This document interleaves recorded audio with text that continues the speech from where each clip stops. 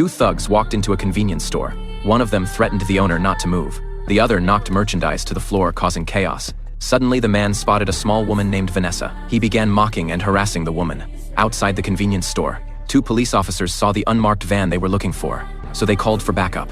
The officers entered the store asking who owned the van. The owner quickly said two people were stealing. The officer immediately drew his gun, ordering the thugs to get down.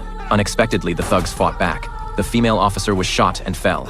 The thug immediately took Vanessa hostage. Then the lights suddenly went out. The thug was pulled into the air by some supernatural force. Out of control, he started shooting wildly. His partner was hit by the gunfire and died.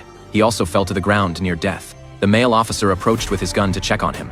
He didn't notice the dark shadow appearing behind him. The suffocating feeling made the officer struggle continuously. The breath of death surrounded him. At this moment, Mary and Danny arrived. The unmarked van was still parked outside. No one inside the convenience store survived. Mary watched the surveillance footage. The small woman Vanessa appeared, but there was no body of Vanessa at the scene. She had vanished. The surveillance video was damaged and couldn't be viewed.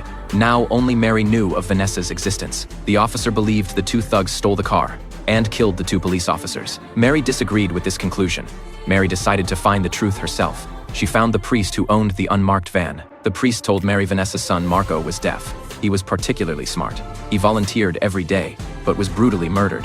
Mary asked the priest where Vanessa was. The priest gave Mary the address. Mary found Vanessa's residence. She discovered news of Marco's death. She also saw photos of Mary and her colleagues. Mary immediately contacted Danny to meet. But when Mary arrived at Danny's house, she found Danny was already dead.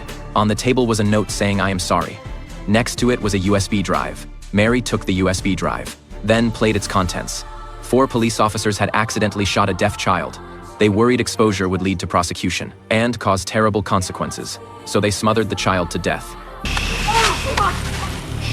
Mary watched the recording as tears flowed down her face.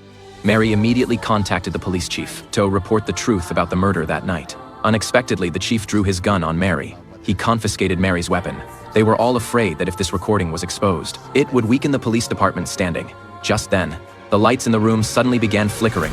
Vanessa suddenly appeared behind the chief. "You killed my son." The chief knocked Vanessa down. Suddenly, a dark shadow appeared. The chief was thrown across the room, then appeared on the ceiling, finally crashed down hard. Vanessa had avenged her son's death. Then Mary saw the dark shadow. Vanessa told her not to be afraid. The shadow knows you are on the side of justice. The shadow slowly faded away. The two women helped each other walk out. Finally, the truth was made public.